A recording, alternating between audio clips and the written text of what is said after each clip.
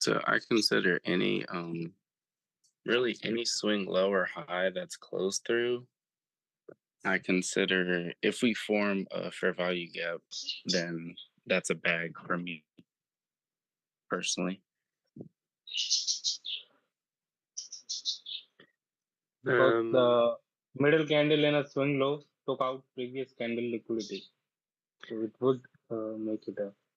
okay, let's just go back um, to the original definition that we were given in that video, and Yeah. maybe look, I'm maybe I'm wrong, but let's just discuss it. In the original definition, it's any fair value gap that takes let's say a low, a swing point or a low that doesn't host liquidity. That's the important bit. It doesn't host liquidity. Yeah. Okay. The reason, and typically any FEG that takes a low is most likely going to be a bag because that low doesn't host liquidity, because that low probably took another low. But in this specific case, for me anyway, forget everything that happened on the right. Okay? We don't know this on this day. That's an EO candle. Yeah. Okay. So because it's EO candle, it has liquidity up and liquidity down. So when you're here, you can easily form the trade because you know that you have EO high waiting for a CSD. At the same time, this is a bag. Okay, because this candle here, there's nothing on the left. It's taking this, and this has already taken a few candles. So Hmm? that's fine. That's a very nice trade. You take it up to here or lower, up to you. I have a Now question. here, sorry, I have a question. go ahead. So you said you consider it a bag because it closed below what? It closed below a low that this is FEG below a low that didn't host liquidity. So this doesn't have liquidity. Weren't you using that swing low This as one, your reference? Yeah. because this candle took it. No, but I'm saying that swing low took liquidity. Like there's no liquidity below there. Well, it's okay. Yeah, fine. Both cases. There's no liquidity here. There's no liquidity Yeah. here. Remember, this is not the same as a EO. EO, you want the candle to close below here. So, this is not EO yet. EO is here because this did not close below here. Mm-hmm. But when we look at just bag, you're just looking at a wicks or the low of the candle, not the body. So anyway, I think we all agree this is a bag. There's no Yeah. discussion here. And I remember in the call when R3 was saying he was longing here, and Kish was like, "Ooh." I remember that. And he's like, "What?" And then it unfortunately took him out. But then here, and look, I know it didn't actually in the end sort of behave like a bag, but just for me personally, this is an EO low, so it has liquidity. So if you want, instead of considering this as a bag, you can consider it as fair value for selling, fair value for buying. It's not the definition. I mean, I think Arcane, you agree with me? This is a fair value for selling here. Yep, I agree. Yeah, so it's fair value for selling, and then fair value for buying once it flips. But in terms of the definition of a breakaway gap, which just means speed, which means IOFED, I don't consider it like that. Now you can, and there's nothing wrong because if you took this short from 50%, that's a good short. And I think Kish actually that was the one he took as well. There's nothing wrong here, to be honest. I mean, you look at it this way: this candle's EO as well, right? We can. This is EO high. This is EO low. So you can frame a short this way. Took EO high into a fair value for selling. Target the low. Didn't take it, but it's a good short. But in terms of the definition itself of the bag, that I don't consider it myself. And you know what? I'm happy to go back to the videos where Kish talks about bag, and maybe I missed something. But because this has liquidity, I don't consider this a bag. Can I say something? Of course. All right. So So I never thought of it like from that way as like because EO does house liquidity, you know. But also like if even if you because that candle closed below two swing lows, it didn't close just below one. Yeah, that one. And there's definitely no liquidity below that low. Okay. Because for me, like um once a candle takes the previous candle's low, like I know Kish teaches like that's well no. I mean like once a candle takes so like if we're dropping, right? Every time a candle takes um the previous candle's low, that candle doesn't house liquidity until yeah, that candle doesn't house liquidity anymore. Yeah. So like so like if you go back up to where we were talking about the bag above, the that's what I was saying. Like I watch for swing lows as for that's why I said every swing low or high close through creates a bag because that candle in itself that it's closing through does not house liquidity because it took liquidity from the previous one. So every FEG through a swing point for you is a bag. Yes.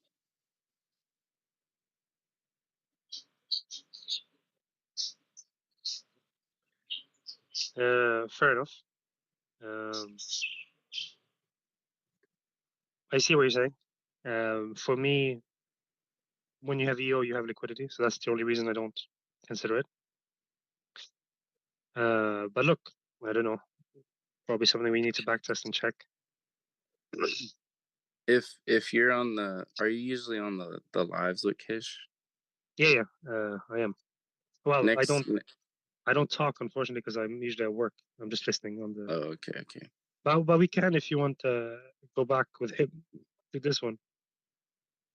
Yeah, I was gonna say next time just ask him what he thinks because usually I'm not on the lives. That's why I asked if you're usually on them because I'm usually not usually busy or something.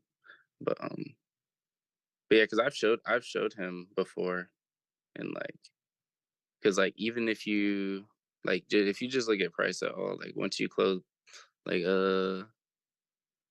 there's a bullish one once we close above that. Not the first time we close above a swing high, but the next one, I consider that a bag.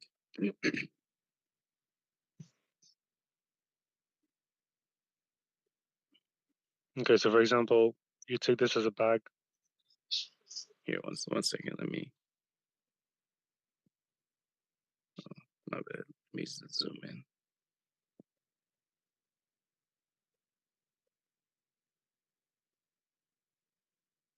Right there. Okay, and then down here. Yeah. If that's a fair value gap, I believe it is. It is, yeah. Yeah. So that would be a bag for me.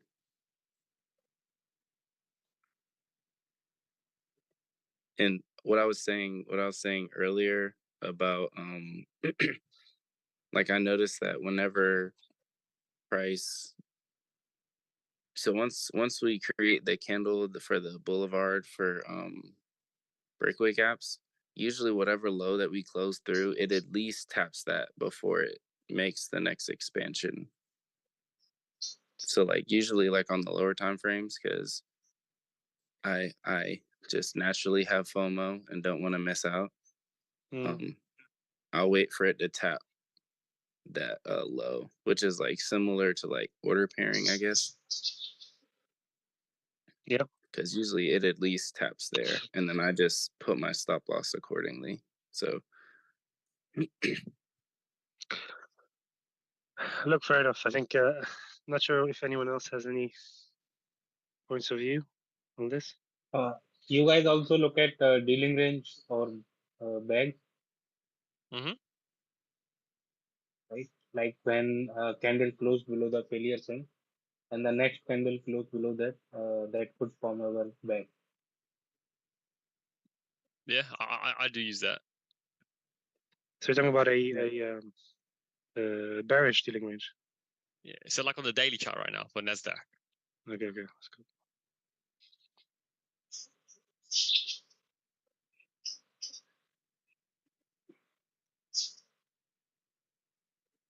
So go on. Which one? So you can say like Dealing buy range. side liquidity, look left, then like your dealing range would be somewhere here. This is the low of the dealing range. You go all the way down. So once we close below this low, which is this candle Yeah. here, boulevard of breakaway gaps. Yes. So you have your sort of first dealing range here, and then if you use EO dealing range, that's an EO, that's the high, that's your low, and then that has no liquidity. That has also But no how is liquidity that? based on the. How is this a dealing range? Because our first failure swing was this side. No, Yeah, sorry. that's it. That's what I was about to say. Yeah. Sorry, hold on. For me, you have the buy side on this one, right? Candle took it. Then you look left. So this one. This is your implied No, dealing but range. This is it's your said dealing to range. look left to the highest candle. Yeah. Well, I think we It spoke about should. this a It few should. days ago, and it was okay. It Let's was me. It was me asking that same question. yeah. So this is your high. Yeah, this candle Yeah. takes Yeah. it. Then what I understand is you don't want to look at the candle that has the buy side liquidity. You look at the candle left of the one that has buy side liquidity. This one has buy side liquidity. So you look at this one. Now, at the end of the day, it doesn't matter, does it? Because it's the same. This candle takes it, right? Okay. Oh, are you taking this one? Yeah, because this would frame a dealing range, and if we close below this and form the fair value gap like this, yeah, this could be our breakaway gap also. But it's And not, if is you it? see that, It's not a breakaway. I wouldn't consider that a breakaway gap either. why? Because it didn't close below a low that isn't housing liquidity. Like this is a breakaway gap.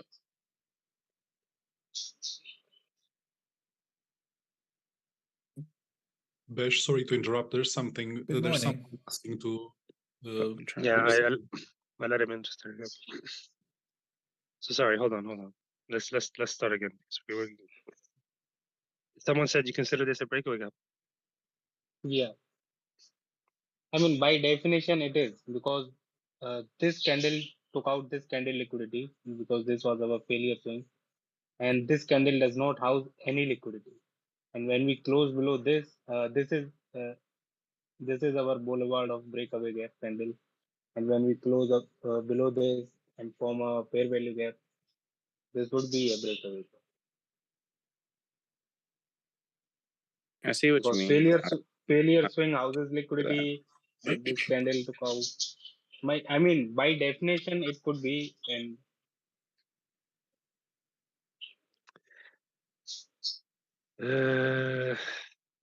I wouldn't use Yeah, that.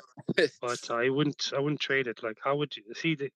This is where we're obviously you have the definitions, and then you can sort of really go into the definitions. But you want to try to understand how you can frame to trade, right? Let's for me, my understanding. Okay, and this is why like there was a short here. The candle takes the high, and I think a few mornings on the 5 minute we looked at this. It takes this high, so you want the candle that takes the low from the candle to the left of that. Okay, so you have this.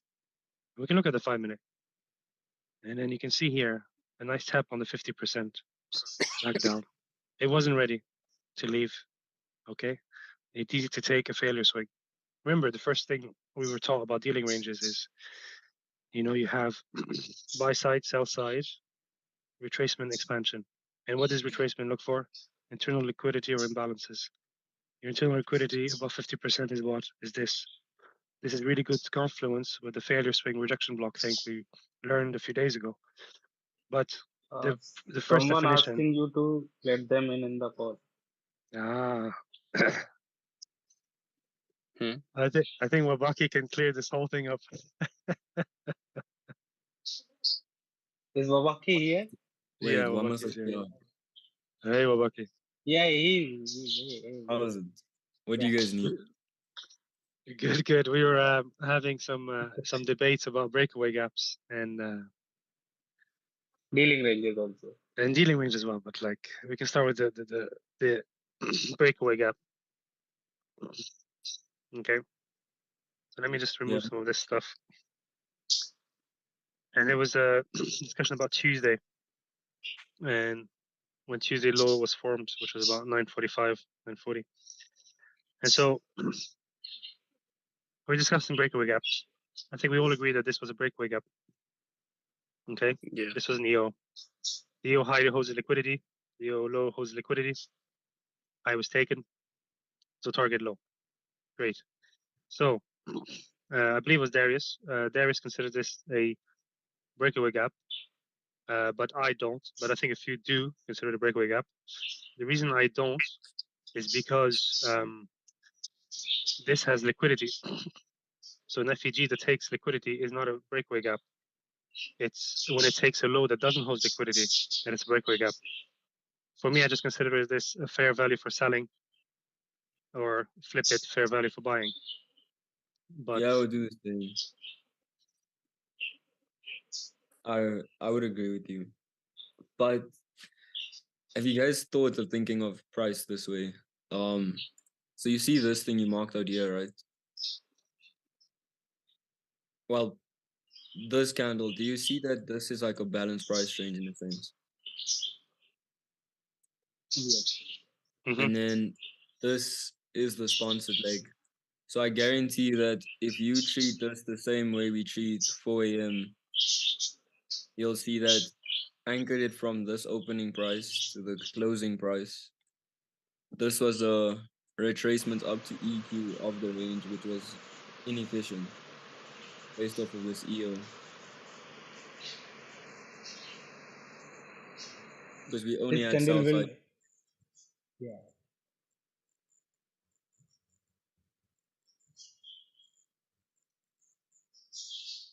You are saying that this candle is also EO because this is our sponsored leg.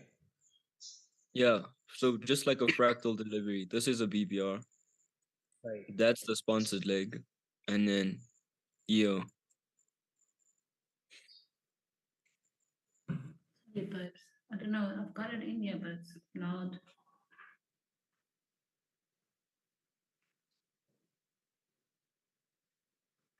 What are you guys wanting to ask about the dealing ranges?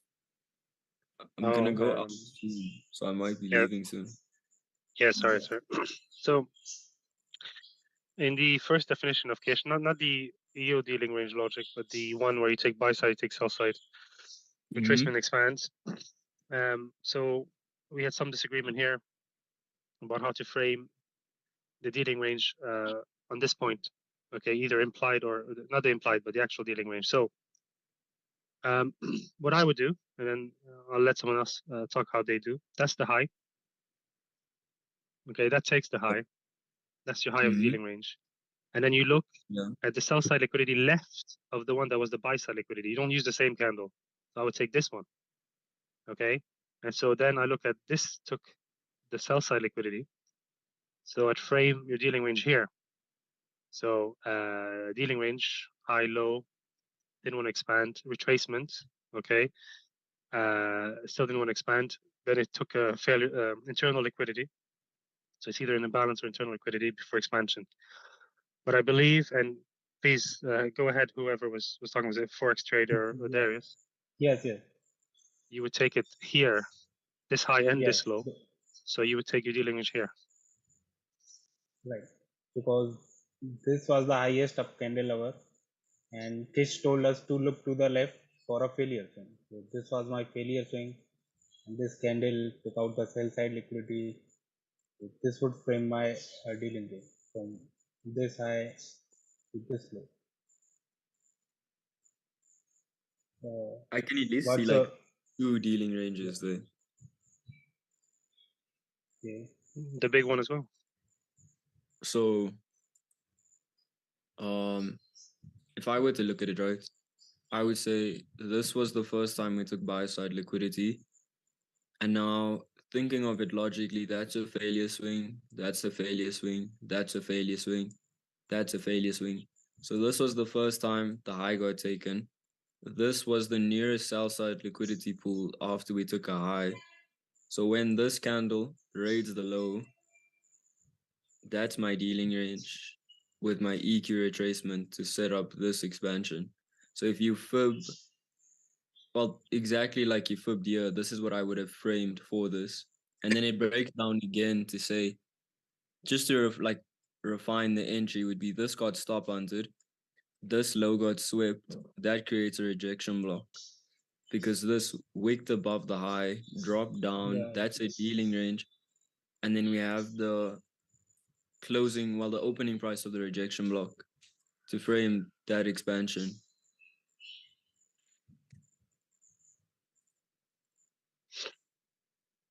So So yeah, Wabaki, rejection block. And then the rejection block just refines the entry. So to say that we can retrace into D premium of the dealing range because of us wicking above the higher. so Wabaki, for the first trade, which failure swing did you define? Did you take into consideration for the first trade? You're talking about this one? Yeah. So this would have been my buy side raid. And then I would have just started tracking the failure swings that would have printed. So that's a failure swing. That's a failure swing. So I would have referenced when this low got taken for the implied dealing range. So you wouldn't reference any failure swing to the left.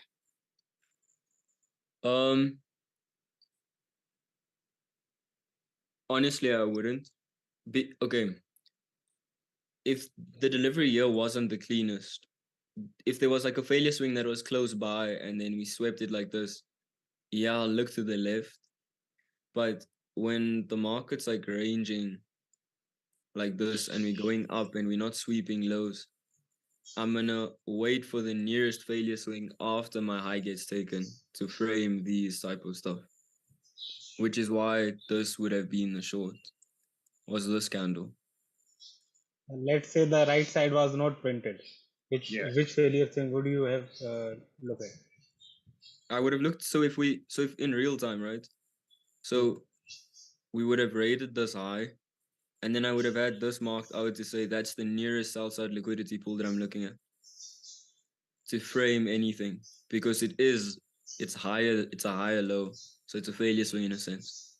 Then when this candle prints, I'll say this stop hunted, so liquidity moves to this. So okay, yeah, they did another buy side run. So where's the nearest low we could sweep? Now I'm sitting with the fact that we have this low and we have this low.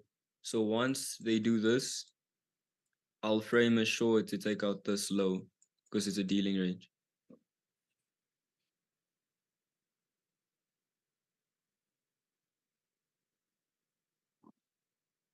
Cool.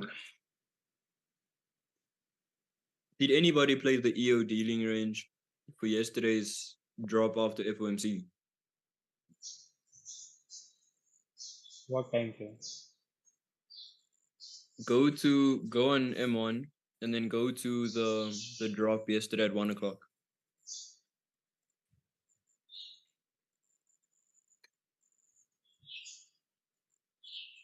Mm-hmm.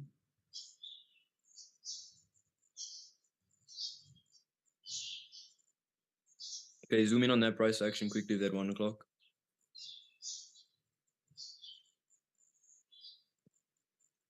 Okay.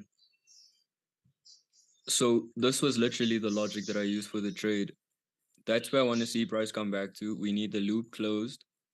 This right here was the sponsored leg. this was our EO candle.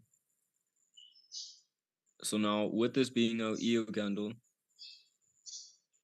we rated the low, rated the high. This was the down candle that initiated the run up to take out this buy side liquidity pool. So this right here is the order block that started the push that gave us a break of structure.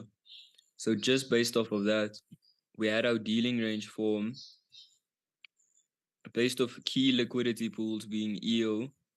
And I knew we didn't have to come up to EQ because I could see that we ended up printing an order block at the extreme discount of the range. And that's why I referenced EQ of that. So this is why I could frame a deep retracement for it, paired up with the fact that we have the merchant price at the bottom. And then the trade that I took was this took out EO's high. So buy side liquidity swaps to this point. So this is the way that I started looking at it was this was the lowest low. This stop hunted. That was the last time we stop hunted. That's when we ran the high. And then we have this FEG paired up with this down candle at the bottom being the OB in a sense.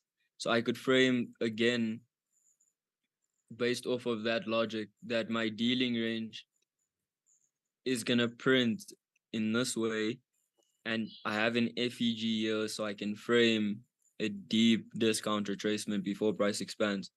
So that was why we could get a retracement like that and then up. So it's just, for me, I think it's just understanding it conceptually. It makes it super, super easy to see, especially with the dealing ranges. It's just like you need to understand whether it's implied or not, because these are relative equal lows. This is the lowest sell side liquidity pool. So if that's the case, this was the lowest sell side run or the most recent sell side run before price runs buy side liquidity. Because if this stop hunts, it means, well, if that's where liquidity is, it means there's no liquidity below this because this stop hunted. So it means the liquidity shifts here. So now it means there's no liquidity above that. And then it means, let me just wait for that thing. It means the liquidity now shifts to that point. So now this is then the way I see it is this is the dealing range low, that's the high, and then this is the FEG in the leg in which we rated a liquidity pool. So this right here is going to become fair value for buying. So if we correct, once the dealing range forms, price should accumulate orders in fair value for buying. And then that's why I could trust the run up into this. So it's just knowing and understanding those implied dealing ranges and where the liquidity and stuff shifting.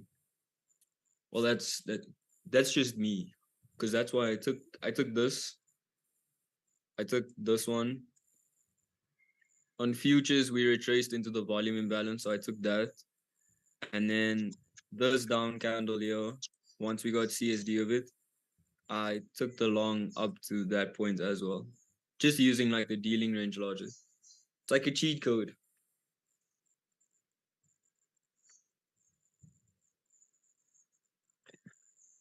Thanks, Wabaki. That was, I think, a lot to digest, but hopefully this is recorded.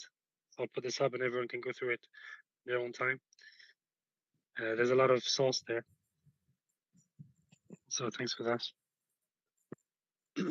Anyone have any questions for Wabaki? Did you say you had to go?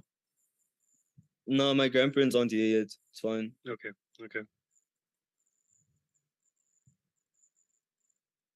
Everyone's so quiet. Oh, go to 4 a.m. quickly. 4 a.m. of today, or of yesterday.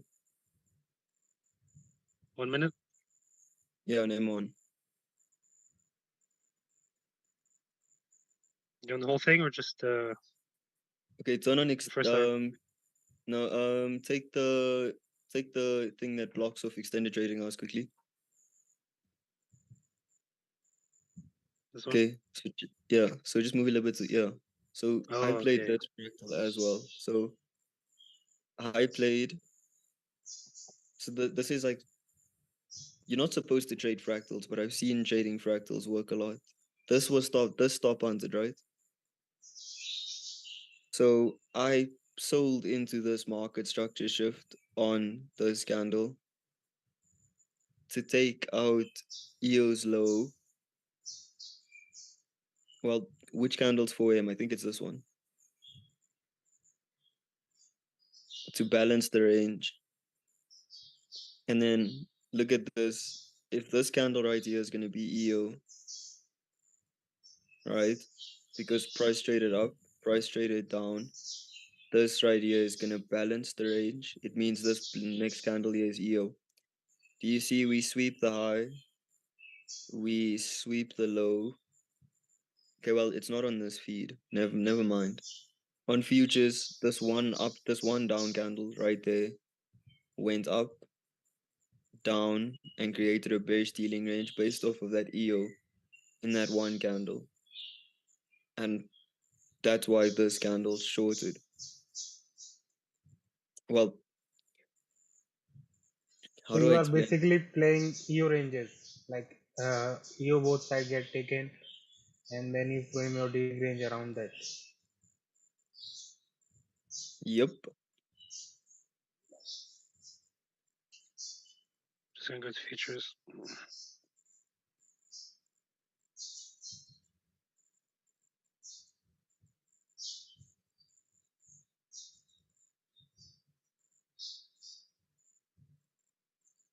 Yeah. So there you go. This one. I don't know why your feed looks different. My feed, straight after the EO formed, I had a down candle that printed and swept both sides of it. Maybe because of brokers and something. Yeah, maybe. Have you guys were you guys tape reading what's happening with the delivery right now? Like currently.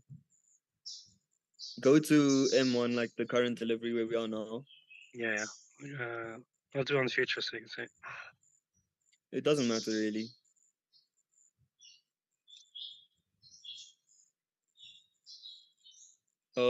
Okay, so for me, right, if I were to trade this with no bias, I would say this right here is the lowest failure swing, right? And then I would mark out the FEG that's formed here for any retracements for price to retrace back into, because it's going to be an area of fair value. So if you just wanted to frame like small little moves, this to me swept a low. I'm waiting to see if it sweeps the high or not. But just based off of this, that stop hunted, this would be a failure swing. This right here will be my area of fair value. So I'll have that array marked out. And then this was the order block that started the push down to run and take out this failure swing. So for the buy side of this leg, the arrays that I'm going to reference is this, this, and then you can reference this as in like an OB in a sense, and then that means this is its merchant price to frame like a bias if you really did want to. But okay, zoom in on just those 4 candles, these boxes.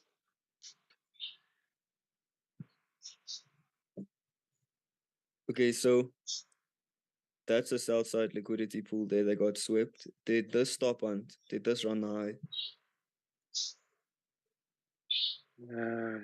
That did. No, same high. Okay, so based off of that, if this right here is going to be your OB, there's a tiny little in volume imbalance right there at the top that price retraced into. Yeah. So just reading this, if this is like, how do I explain this? If normal price action in a sense, I would say this right here is the balanced price range. This right here is your sponsored leg. That's your E. EO. So we only took EO's high. But at the same time, you can also play the fact that like we're creating a balanced price range right now by price doing this. So if you find EQ of this range, you'll see that this down candle is printing at EQ, followed by CSD. Price is reacting off of merchant price and that volume imbalance and could set up an expansion like this. And then you have this as your target for the expansion, as well as this. If we're just gonna start playing around with deliveries and stuff. So if price does expand for this, I would want to see us retrace into this. Whether they want to retrace first or just expand aggressively. If we play like loops and stuff, up, down, price coming back, it came back on this candle. So it meant this was EO. And then this swept the low. Now price is expanding. So that's a dealing range based off of EO. So we have the raise where price should mess around at. And we had a shift in structure based off of this merchant price. I would say flip it off of this. This is the first candle that swept EO. So EO is low. So based off of the, take into consideration where these volume imbalances were printing as well. Yeah. And how we closed above merchant price and stuff. So just knowing that and seeing where the rays are, if you mark out the fair value for buying that we marked out from that massive failure swing, you'll see that for an expansion target, that's one of the closest ones. But then at the same time, yeah, then at the same time, if this whole range here is balanced, price doesn't need to retrace into these volume imbalances because the range is already balanced. So we seek average pricing.